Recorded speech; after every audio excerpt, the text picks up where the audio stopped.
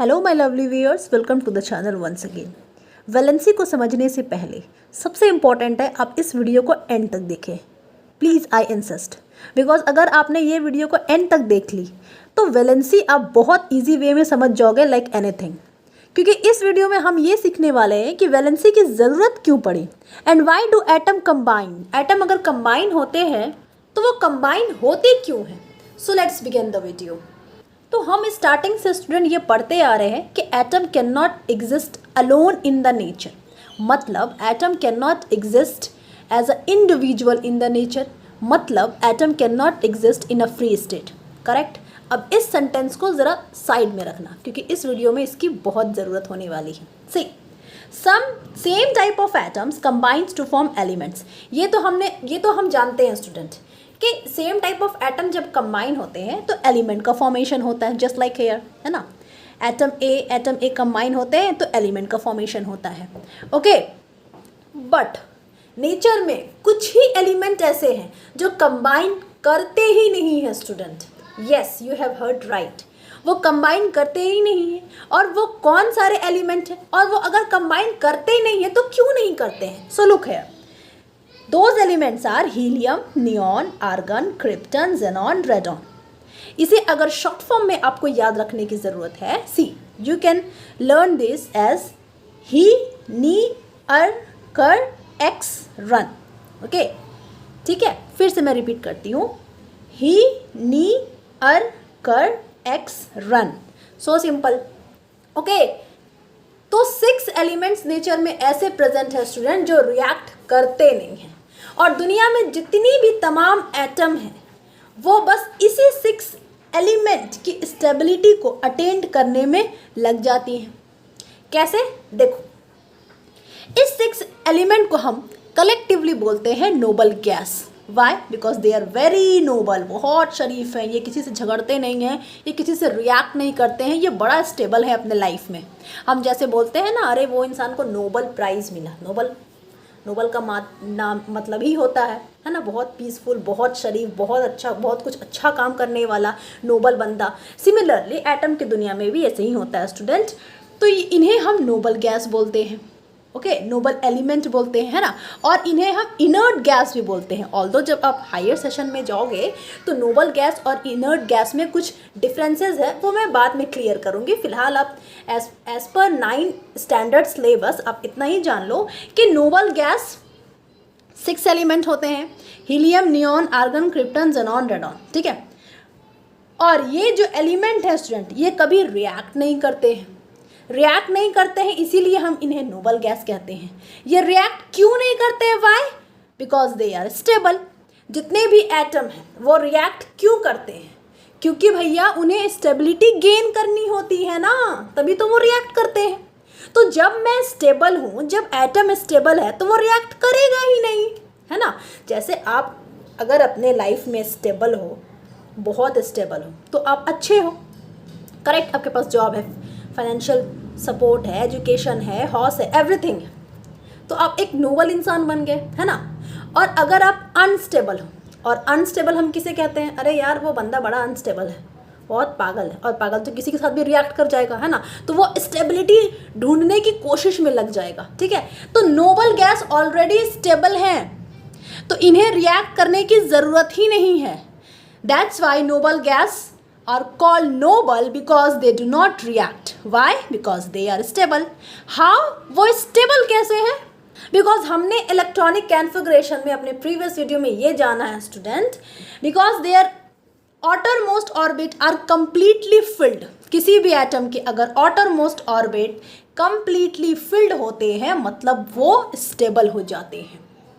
completely filled का मतलब stable electron arrangement होते हैं, मतलब उनके आउटरमोस्ट ऑर्बिट में 8 इलेक्ट्रॉन का प्रेजेंट होना।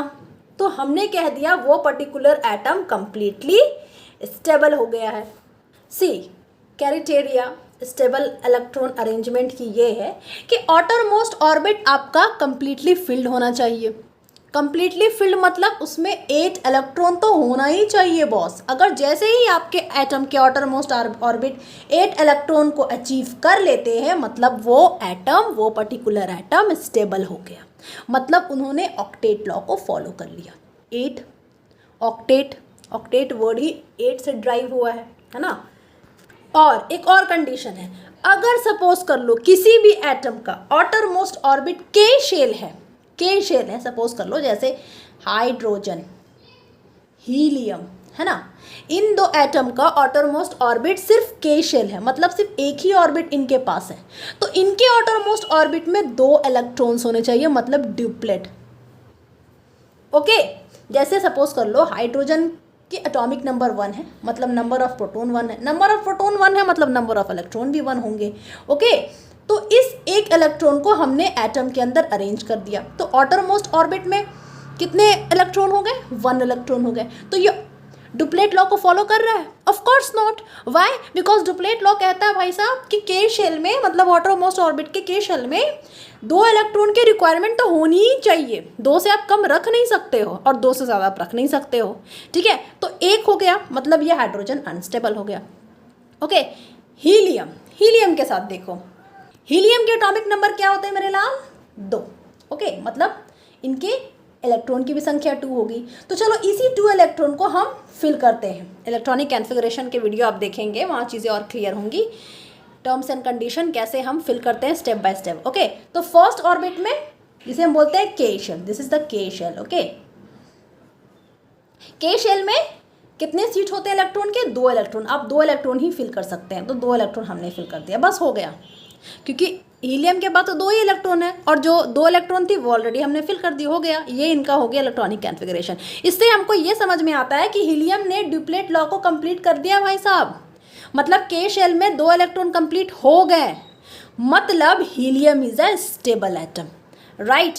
इसीलिए मैंने बोला student, as you can look here, helium आया ना, हीलियम, तो ये नोबल गैस के अंदर आ गया, मतलब ये स्टेबल आ गया। सिमिलरली नियॉन में भी स्टूडेंट कुछ इसी टाइप के होते हैं, आर्गन में भी, क्रिप्टन में भी, ज़ेनॉन में भी, रेडॉन में भी। डोंट वरी, मैं सबके इलेक्ट्रॉनिक कॉन्फ़िगरेशन आपको शो करूंगी।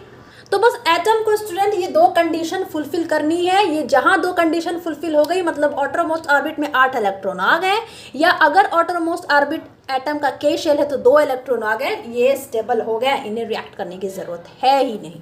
ठीक है, तो चलिए नोबल गैस के हम इलेक्ट्रॉनिक कॉन्फ़िगरेशन को देख लें। सी हीलियम का एटॉमिक नंबर 2 है, तो इलेक्ट्रॉनिक कॉन्फ़िगरेशन के शेल में 2, चलो डन, दिस इज स्टेबल।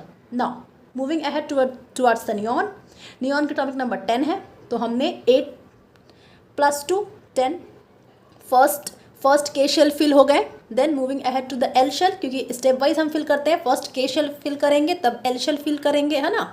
तो एल शेल 8 हो गए, क्योंकि एल शेल के पास मैक्सिमम कितनी कैपेबिलिटी होती है इलेक्ट्रॉन को एकोमोडेट करने की? 8 हमने फिल कर दिया, हो गया ना। 8 + 2 10, मतलब आउटरमोस्ट ऑर्बिट में कितने इलेक्ट्रॉन आ गए?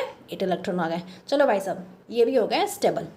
सिमिलरली आर्गन में देखो 18 है, 2 8 2 फर्स्ट ऑर्बिट में तो 8 ही होंगे, फर्स्ट ऑर्बिट में 2 होंगे, फर्स्ट शेल में 2 इलेक्ट्रॉन होंगे, सेकेंड शेल में 8 इलेक्ट्रॉन होंगे। अब रिमेनिंग कितने बचे? 8 + 2 10 होना कितना चाहिए था? 18, तो रिमेनिंग 8 बचे, 8 हमने एम शेल में फिल कर दिए, तो ऑर्डर मोस्ट में 8 आ गया ना। चलो ये भी स्टेबल हो गया। Now let's move towards the krypton के एटॉमिक नंबर 36 होते हैं। ओके, तो फर्स्ट शेल की क्षमता कितनी होती है? 2 इलेक्ट्रॉन, 2 हमने फिल कर दी। सेकंड शेल की क्षमता कितनी होती है? 8 इलेक्ट्रॉन, 8 हमने फिल कर दी। थर्ड शेल की क्षमता कितनी होती है? 18 इलेक्ट्रॉन, हमने वो भी फिल कर दी। सब फिल करने के बाद हमारे पास बचता है 8 इलेक्ट्रॉन, ठीक है, बिकॉज 18 + 8 + 2 और +8 आप कर देंगे तो 36 आ जाएंगे। ओके, अब इस 8 इलेक्ट्रॉन को हमने नेक्स्ट शेल में फिल किया। ओके, तो टोटल हो गए 36। तो हमने देखा कि भाई साहब क्रिप्टन के भी आउटरमोस्ट ऑर्बिट में 8 इलेक्ट्रॉन, इट मीन्स भैया ये भी स्टेबल है ना। ज़ेनॉन में देखो 54 एटॉमिक नंबर है। सिमिलरली ओके, इनके भी आउटरमोस्ट ऑर्बिट में 8 है। रेडॉन के देखो 86 एटॉमिक नंबर है, इनके भी आउटरमोस्ट ऑर्बिट में 8 इलेक्ट्रॉन है। ओके, सी, तो हमें ये समझ में आता है कि number of electron in outermost shell is stable. देखो हीलियम एक ऐसा इलेक्ट्रॉन है जिनके पास के ही शेल होते हैं, हीलियम एंड हाइड्रोजन बस, ठीक है। तो आउटरमोस्ट ऑर्बिट में इन्होंने 2 अकोमोडेट कर दिया, मतलब ड्यूप्लेट लॉ को फुलफिल कर दिया, ओके। तो ये स्टेबल हो गए।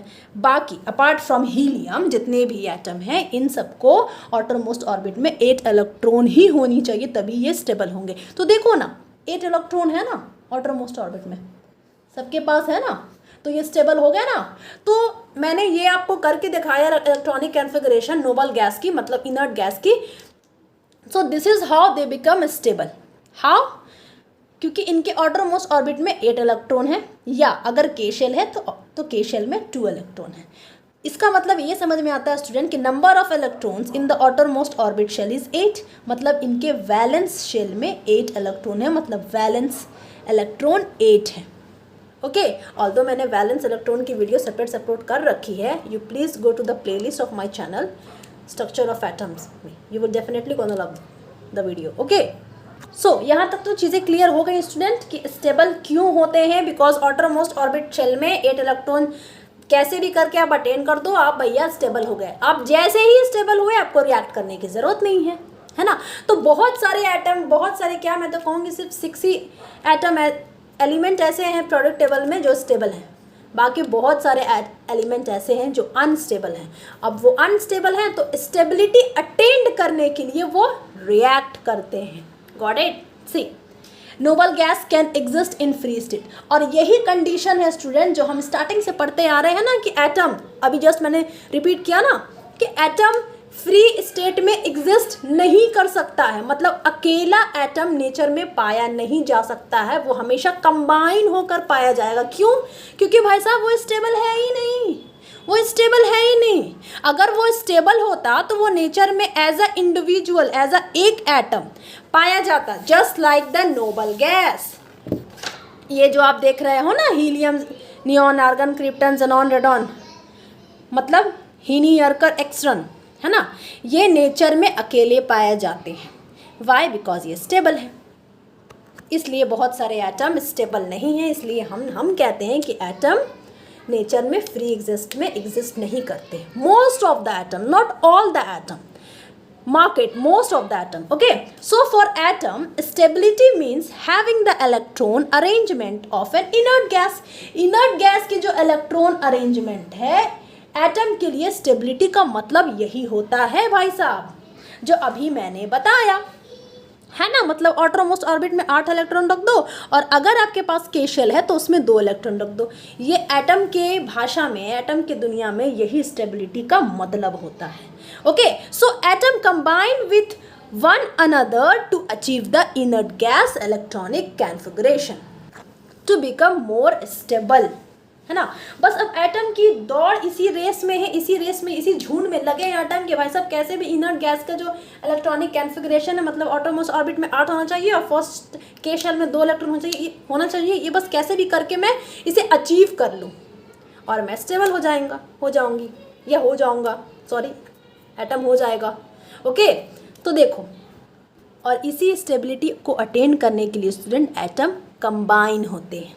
आई होप चीज़ें यहाँ क्लियर हो गई होंगी कि एटम कंबाइन क्यों होते हैं, बिकॉज एटम खुद को स्टेबल करने के लिए कंबाइन होते हैं, ठीक है। See, atom can achieve the inert gas और noble gas electron arrangement in 3 ways. तो एटम स्टेबल हो सकते हैं या इनर्ट गैस की इलेक्ट्रॉन अरेंजमेंट को अचीव कर सकते हैं 3 वे में, 3 प्रकार में।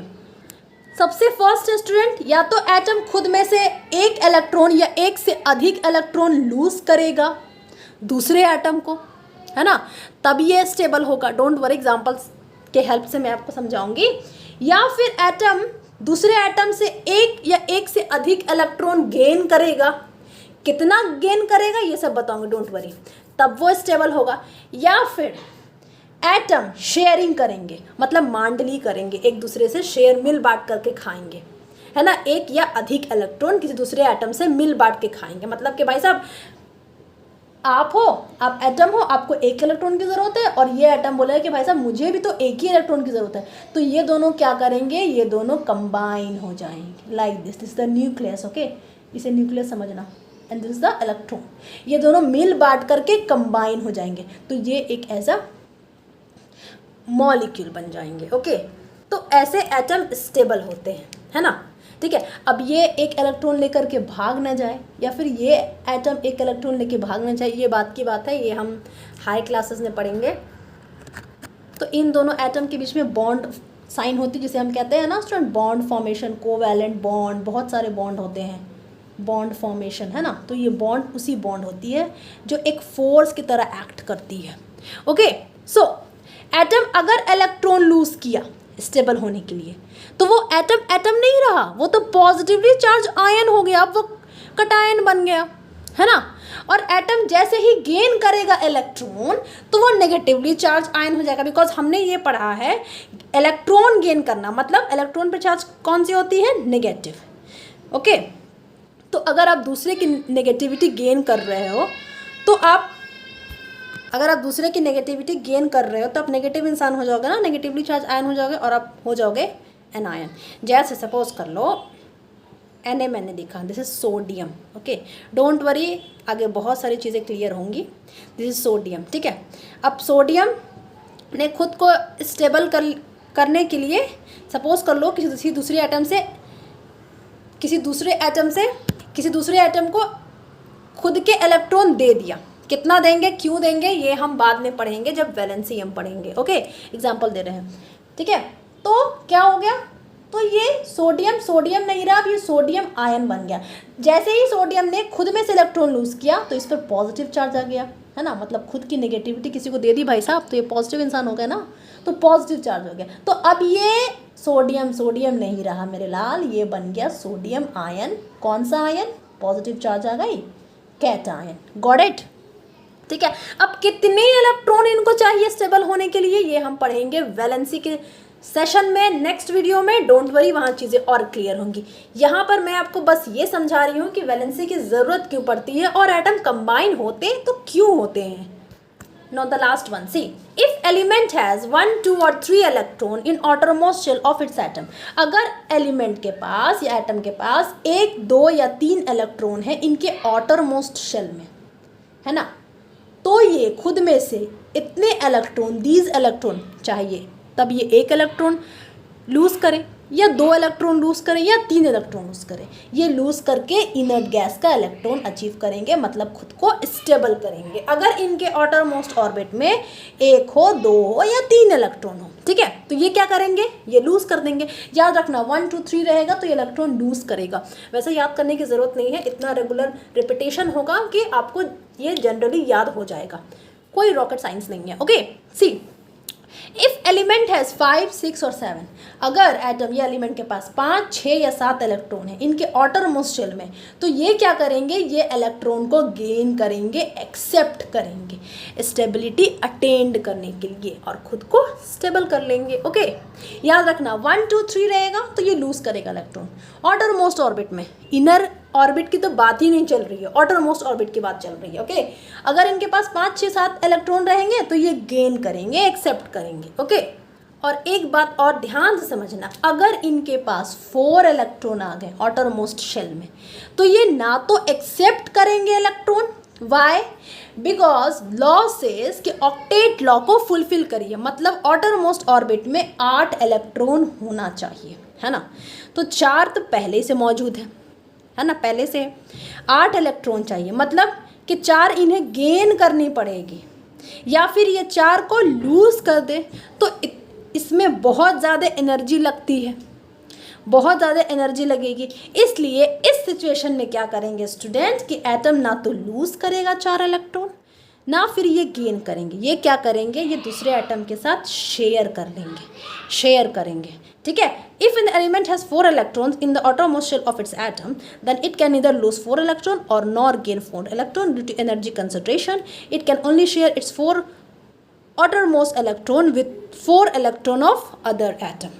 सपोज कर लो, जैसे एक एग्जांपल दूंगी, सपोज कर लो कि outermost ऑर्बिट शेल में 5 इलेक्ट्रॉन आ गए, 5 इलेक्ट्रॉन का मैं एग्जांपल दे रही हूँ, ठीक है। 5 इलेक्ट्रॉन आ गए तो चलो होना चाहिए कितना स्टूडेंट, होना चाहिए स्टेबिलिटी अटेंड करने के लिए 8, मतलब 3 इलेक्ट्रॉन की रिक्वायरमेंट है। तो ये क्या करेंगे, चलो भाई साहब बहुत इजी है, किसी दूसरे एटम से जो खुद में से 3 इलेक्ट्रॉन देना चाहता है, ऐसा नहीं कि कोई एटम उठाया मैंने, उनमें से इलेक्ट्रॉन दे दिए, भाई साहब मुझे प्लीज़ 3 इलेक्ट्रॉन दे दो, ऐसा नहीं होता है। एटम उसी एटम के साथ इलेक्ट्रॉन की गेन करेगा या लॉस करेगा या शेयर करेगा जो एटम की ज़रूरत हो, है ना। जैसे सपोज कर लो कि मुझे चाहिए भाई साहब 3 इलेक्ट्रॉन, मेरे पास ऑलरेडी 5 इलेक्ट्रॉन है, आप मुझे खुद में से 3 इलेक्ट्रॉन दे दो तो मैं स्टेबल हो जाऊँगा, ठीक है, ठीक है। तो मैंने आपसे 3 इलेक्ट्रॉन दे दिया तो मैं स्टेबल हो गया, है ना। अब आपका क्या, आपने तो खुद में से 3 इलेक्ट्रॉन को लूज़ कर दिया तो आप तो अनस्टेबल हो गए। तो ऐसा नहीं होगा, ऐसा इसलिए नहीं होगा, आप तभी मुझे 3 इलेक्ट्रॉन दोगे जब आप अगर खुद में से 3 इलेक्ट्रॉन निकाल देते हो तब आप स्टेबल हो जाते हो, तभी आप मुझे 3 इलेक्ट्रॉन दोगे। डोंट वरी, नेक्स्ट सेशन में बहुत अच्छे से वैलेंसी हम सीखेंगे, बहुत आसान है, कोई रॉकेट साइंस नहीं है, ठीक है। तो सिमिलरली अगर 6 इलेक्ट्रॉन आउटरमोस्ट ऑर्बिट में हो गया तो कितने इलेक्ट्रॉन की संभावना होनी चाहिए, 8 इलेक्ट्रॉन की। तो बचा कितना, 2 इलेक्ट्रॉन, 6 इलेक्ट्रॉन पहले से। तो मैं क्या करूँगी, भाई साहब मुझे 2 इलेक्ट्रॉन दे दो ना, मैं स्टेबल हो जाऊँगा। तो मैंने क्या किया, गेन किया। देखो ये गेन का चल रहा है, ओके। सपोज कर लो मेरे पास 7 इलेक्ट्रॉन है आउटरमोस्ट ऑर्बिट में, तो मैं क्या बोलूँगी कि मुझे बस 1 इलेक्ट्रॉन चाहिए, दे दो ना, फिर मैं स्टेबल हो जाऊँगी। तो मैं 1 इलेक्ट्रॉन आपसे ले लूँगी, हो गया। मतलब इन सिचुएशन में सिर्फ गेन ऑफ इलेक्ट्रॉन होगा, ठीक है। सिमिलरली अगर आउटरमोस्ट ऑर्बिट में स्टूडेंट फर्स्ट, सेकंड और थर्ड होता है तो इलेक्ट्रॉन को लूज़ किया जाएगा, तभी वो स्टेबल होंगे, है ना, ओके। नेक्स्ट सेशन में हम वैलेंसी को डिटेल से पढ़ेंगे, एग्जाम्पल के साथ मैं आपको समझाऊंगी, डोंट वरी, वहाँ चीज़ें और भी क्लियर होंगी। सो ये सेशन था स्टूडेंट्स हमारे class 9th chemistry 4th chapter structure of atom के टॉपिक वैलेंसी का। I hope you enjoyed the video. Thank you for watching, God bless you all.